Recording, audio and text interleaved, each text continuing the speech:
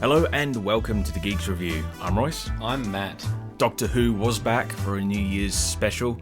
Eve of the Daleks starred Aisling Bea, the Irish comedian, known for her appearances from QI and Taskmaster. She plays a woman called Sarah who owns a self-storage facility, who, along with the one customer, the Doctor and her companions, find herself in a time loop being killed over and over by Daleks. What did you think?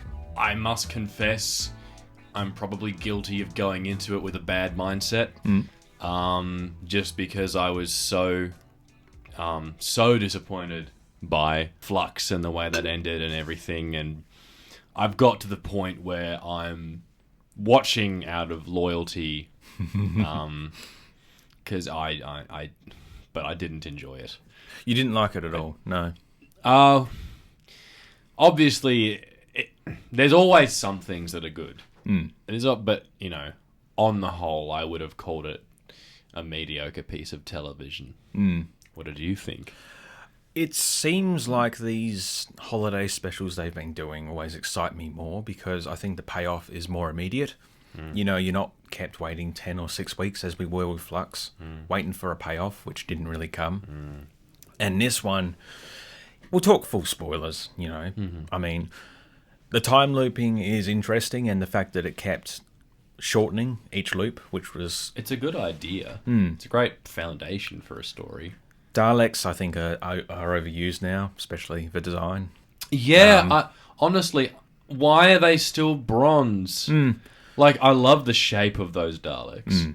And everything. Like, they're gorgeous. And I don't even hate the Gatling gun attachment. Or it's an interesting one. The claw. It's like, you know, yeah, do something different with them. That's fine. But, like, aside from that one episode 12 years ago in 2010, where they tried to introduce the new Dalek paradigm, where they were bigger and bright colours and stuff, they have not done anything interesting with the image of the Daleks. No. But then you look back at Classic Who and, you know, they used the same cases for 20 years, but they kept repainting them. And, you know, I want to see the Daleks that they have been using since 2005, but I just want to see some different colours.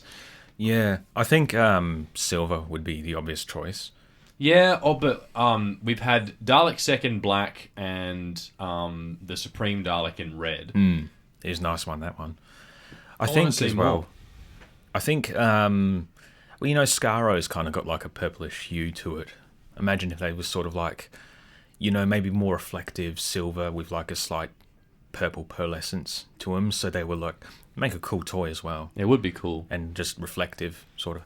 I think, and also maybe remove the rivets. So it sort of looks a bit more sleeker because the bronze ones were Time War Daleks. And I guess they sort of stumbled upon a design in universe which worked, so they kept on using it, but they should evolve and grow beyond there. I think it's down to Russell T Davies. I think people are in 2005 it was such a hit, and I think people have been scared to really change it. Like, we've still got orange organic TARDISes, you know, which we had with Davies and everything. I heard someone actually make the point that the Dalek designs from the Time War, the Russell T Davies stuff, it doesn't make sense that they would have nails and bolts and stuff in them because that's not their technology. Yeah, I think it was the original designer who sort of said that, or one of the original designers. I think Russell T Davies stuck around or was coming back. We might see some new Daleks, because I feel like when he ended, he was like, you know, he didn't go and shove Daleks at all into his final year, did he? I mean, that's only 5 episodes after Davros and the end of reality. There's a theory, you know, that Daleks have to be used once a year because they're technically owned by the Terry Nation estate, not the BBC. So they need to be used at least once to continue using the license.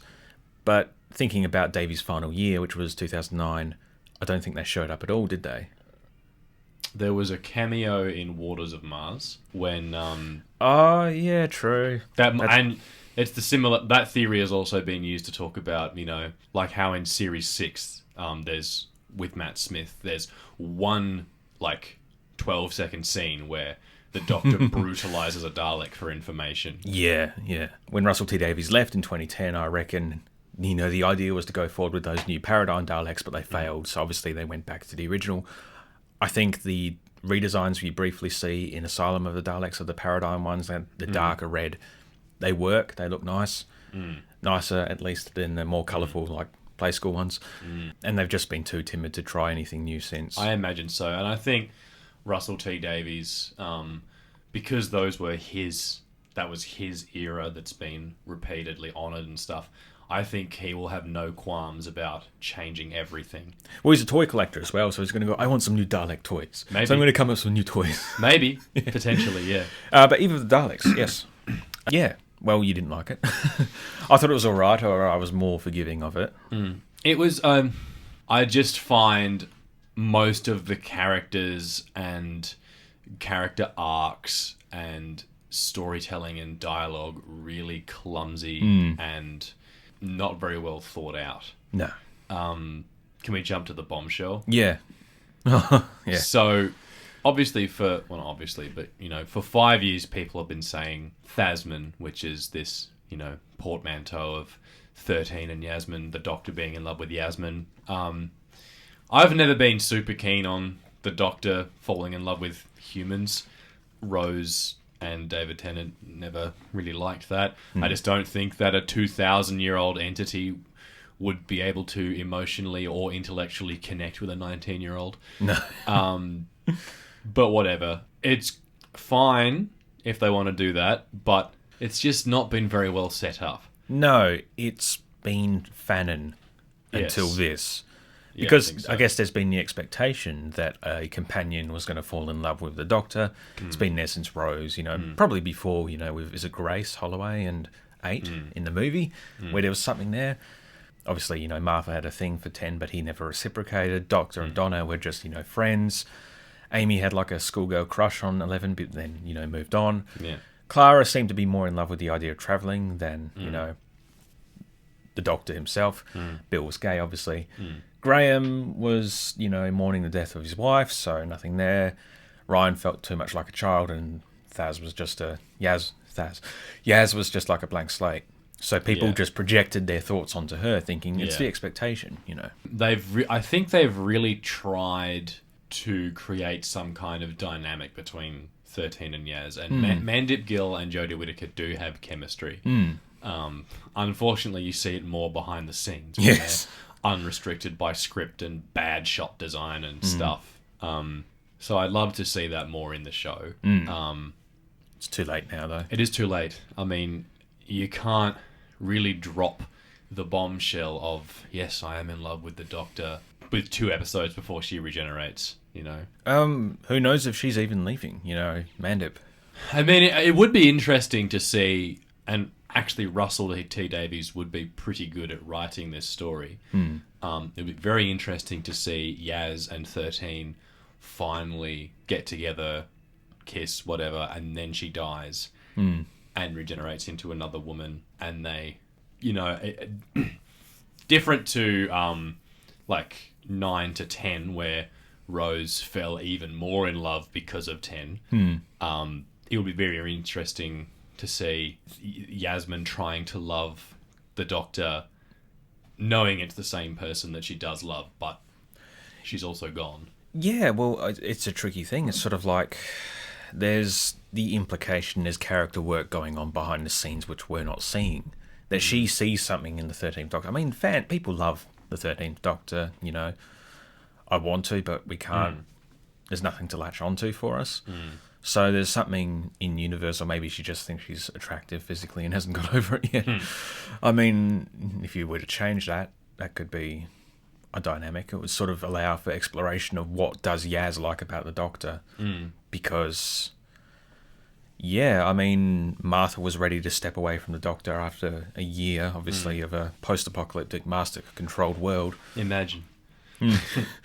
And Yaz has apparently been travelling the world for 4 years by herself with Dan and Jericho. The other thing is, though, I think Russell T Davies will want a clean slate of a show, and I'm sure he could do it. Maybe I'm deifying Russell T Davies as a writer here, but I think it would just be a lot of work to Frankenstein this crummy character from the last 5 years into something workable for his new take on the show. Without a complete reinvention. Yeah. And then at that point, it's just a new character, so just get a new character.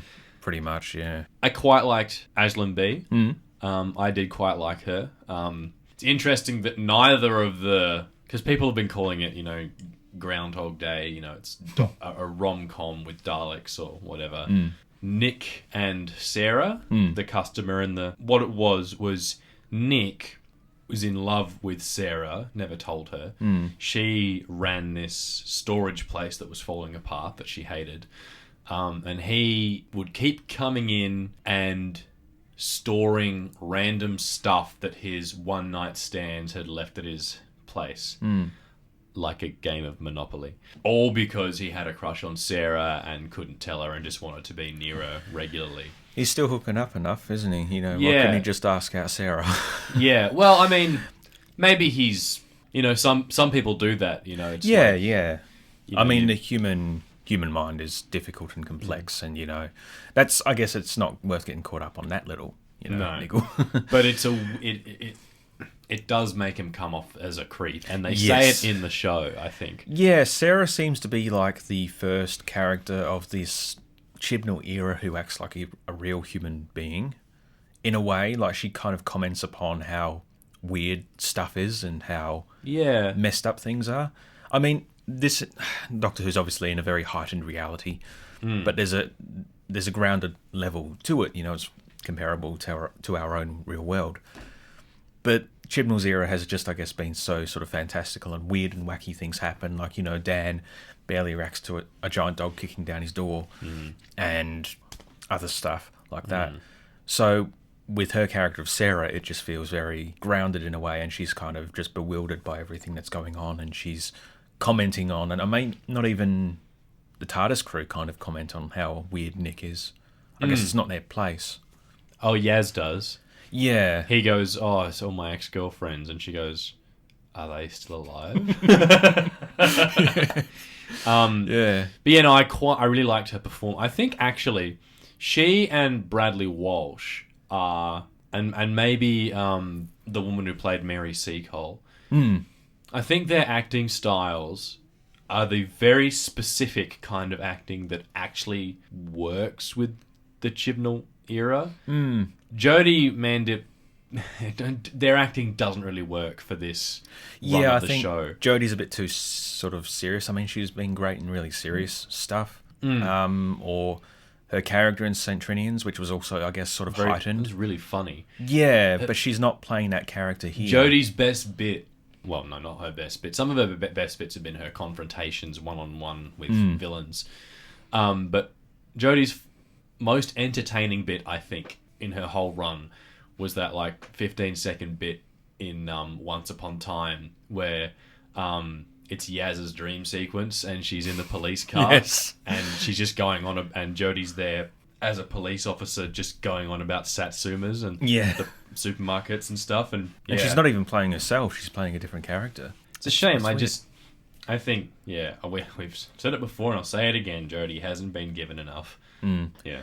I guess, her character is just, she's irritable. She snaps when things don't go her own way. I remember the finale of, was it Series 12, where they failed to blow up the Cybermen. She's just really aggressive and angry at the fam. And it's sort of, kind of explains why Graham and Ryan were so keen to leave. It's just like, we're sick of you. Probably. Yeah, either the Daleks.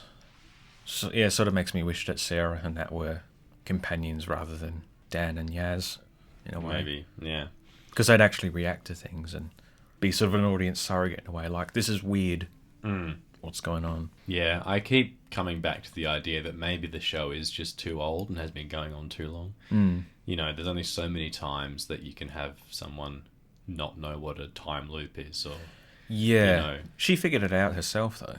She sort of she did. recognised. She did, but, you know what I mean. Really liked the idea of the time loop. And I liked the idea of...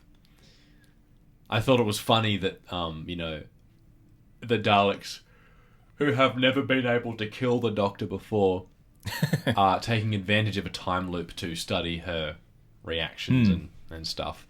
I thought that was pretty clever. And I liked the idea of tricking, like, eventually they somehow defeat the Daleks by, like, tricking them into thinking that they're planning one thing when they're really planning something else. Yeah. I just think the specifics of the plan were very muggy. Yeah, it's very bit confusing at times where you're like, where is everyone in relation to everything? What's going on? Yeah, you're right, though, about the show feeling old. And I guess we've always got, like, a new audience coming in. But this new audience for the last few years must be bloody confused. All the kids, Yeah. That's why when Russell T Davies comes in, I hope it's a complete clean slate. Maybe the Doctor's actually been in a parallel universe or something, but just some really big change that means it is the same story we have been watching, but everything's new. Yeah. I think the universe could change, but the Doctor needs to remain a constant. It needs to still be the Doctor. That's the thing. That's I still, mourn that theory. The one that she'd fallen into a parallel universe, ever since she regenerated. Oh, yeah. So that's why everything was a bit off. And, like, the Ruth Doctor was like the Doctor of that universe as opposed to, a version of her. It was like split path, Pete's World all over again kind of thing. Yeah, that kind of thing. Yeah. That would have been interesting. Also a cop-out, though, I think. Yeah. Well, it depends when you introduce something like that. If you do it earlier enough in the story, it doesn't become like a clean things away. It becomes this is what the story is. This is how the characters are going to deal with it.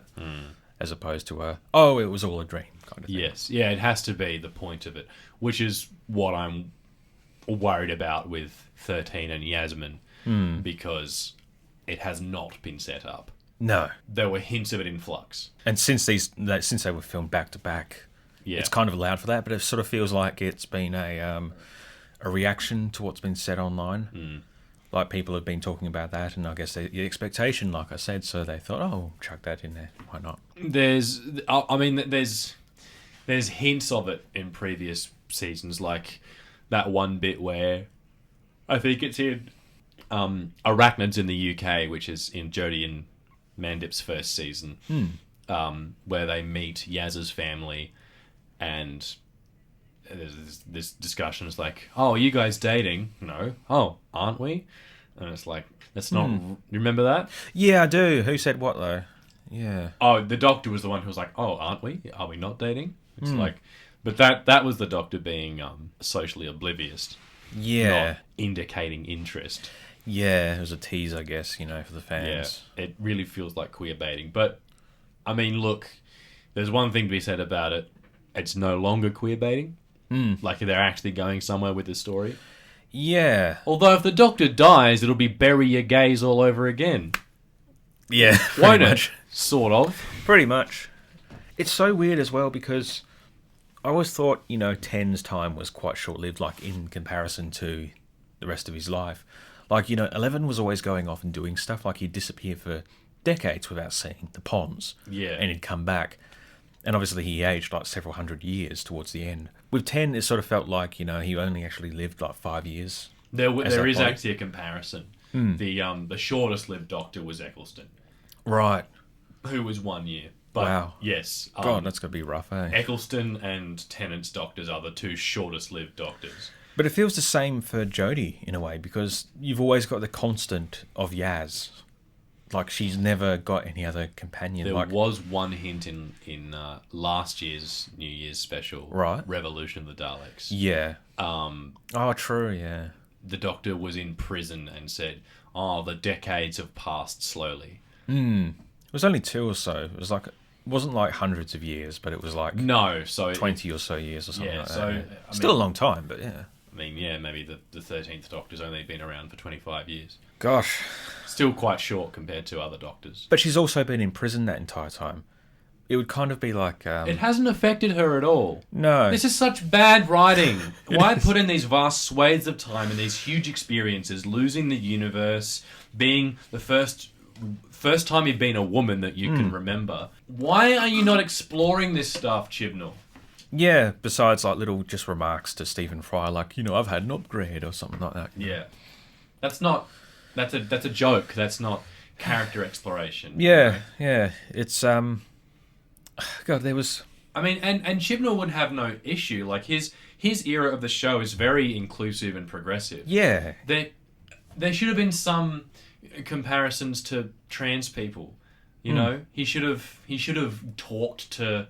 He should have had trans consultants and stuff, and actually looked at the process of and the difference between being a man and being a woman. Yeah. I'm reminded of The Curse of the Fatal Death, where you were introduced to Jim Broadbent's doctor very briefly, and he was like bumbling and just completely oblivious to sex, and that's sort of what I guess 13 is. Yeah. You know, it's fine if you sort of want to make her, after the last few have been so sort of romantically inclined, you know, or charged, or, you know, got that kind of air about them. If the first female doctor was, I guess, not sexualized, not, you know... Yeah. Well, not sexualized in the way of, like, cleavage and, you know... Yeah, I don't winking hate that. nodges. No. Yeah. No. I mean, yeah, she's great as is, but it's just the character's not there, you know. There's nothing to really back it up, and But I guess she's not sexual, which is fine, but she's not romantic either. no. So, Yaz and the Doctor... I mean, maybe they're going to take it in such a way that it's a bit like 10 and Martha. So 13 is oblivious on purpose. Yeah. Because there was that bit where Dan was like, oh, she likes you. Like, I don't know what you mean. No, I know you do. And then the Doctor doesn't say anything. I mean, yeah, she's said before, and maybe she's just tired of being burnt after, like, Rose and Clara and all that, who the Doctor now remembers. Maybe the Doctor's just like, oh, I don't want to get involved again because it's just going to hurt too much for me. But again, you don't get... That's previous... I'm thinking about Sad 10 at the end of Journey's End as opposed to anything that 13's done. Yeah. In regards to anything. Yeah. Bren pointed out to me, actually, you've seen Torchwood. Yeah, so Kiss Kiss Bang Bang was the very first episode of Torchwood Series 2 where Jack comes back after his adventures with the Doctor and, like, the sound of drums and all that. So, Torchwood team don't know how long they've been. Is that where you meet James Marsden's character? Yeah. And, or Masters, I should say. Marsden is Cyclops from X-Men. Oh, sorry. Yeah. Yeah, so Jack shows up and obviously the team's all cold to him. And Gwen turns around and shoves him in and she's like, you know, you left us, Jack. Which is very similar to what happens with Yaz and the Doctor when the Doctor shows up after getting out of prison with Jack, who wrote both episodes. Chibnall. Yeah. Yeah, he loves it. Yeah, it's the reuse of that very trope of, like, the companion essentially being just about that sort of thing. Although there's little to no weight there with Yaz and with... Yes. There's only so many themes you can explore in a show about travelling through time with an impossibly old, impossibly intelligent being. Like, there's only so much you can write about. Yeah. They've also used up their mysterious Doctor, you know, bag of tricks with Ruth in a way. These series, I guess. Kind of, but they also kind of haven't. You know, they really wimped out on it. Like, they set up this thing that would be interesting to explore. You have to get over the fact that it ruins the mystique of the Doctor. You know, you have to get over that, which kind of upsets me, but after 50 years, it's fine. 60 nearly. Yeah. After that long, you know, it's fine. But then they don't deliver on it. No. So they demystify the Doctor an unsatisfying amount, so no one's happy. I think something which would have been really cool would be to introduce a future Doctor, cast a notable actor as, like, a, you know, I don't know, future Doctor, so then when time comes you could cast that actor or just leave it open up, so it's like you don't know what Doctor it is, but it's like a future Doctor. You know, Patterson Joseph, bring him in as like a as a future Doctor and just let the two interact and then sort of leave it a mystery. Bring back Paul McGann even. Yeah, he's getting pretty old now. Yeah. Have an 8 and 13 crossover would be fun. Yeah. I did say last time, though, to sort of wrap up, that after Flux it was a big disappointment now. So, like, they could tidy things up, but how are they going to do it? There's only 2 episodes left. And sure enough, either the Daleks, apart from some Thasman stuff, it doesn't really do anything plot-wise. It doesn't really address what happens with Flux. Next episode is going to see the return of the classic monster, the Sea Devils. Yep. Which is cool. But how's that going to tie into Flux? How's that going to tie into the overall thing? That just feels like a one-off thing. And if it's not, it better be bloody good to justify tying into everything that's come before, because then it just leaves one more episode after that, which is still a mystery, which is the end of this era with little to show for it. It is cool that they're bringing back the Sea Devils. But I'm not impressed with Chibnall's writing, so... No. I mean, and he wrote the Silurians badly as well. Yeah, he wanted to introduce the Sea Devils back then as well. They were actually redesigned by Moffat, not by Chibnall, the Silurians. He wanted to give them boobs. Well, he wanted them to look like the traditional ones, but Moffat reckoned that the third eye on the Silurians would look too much like Davros. Still doesn't explain why these reptiles have boobs. Yeah, I think, I don't think that would have been an element. I think that's a Moffat creation. It's similar like Cyberwoman in a way. That wasn't Moffat, was it? That was, I think that was Russell T Davies, which sort of feels like hearing him gloriously talking about, like, let's make like a Cyberman that men want to have on their walls. It sort of feels like someone who's not of a certain orientation trying to come up with like, what do the straight people like? Yeah, yes. That's funny. Normally, thing is though with Russell, he normally doesn't miss. Like, he normally does know what the straight people want. That was just a bit strange, though. That was a bit weird. Yeah. Yeah. But yes, Doctor Who, Eve of the Daleks is available to watch on ABC iView. So is the previous ones if you want to subject yourself to that. Yeah. Yeah. I mean, it's still Doctor Who. Yeah. And you can't be a Doctor Who fan if you don't hate it a little. That's true. But anyway, I'm Royce. I'm Matt. And we'll see you next time.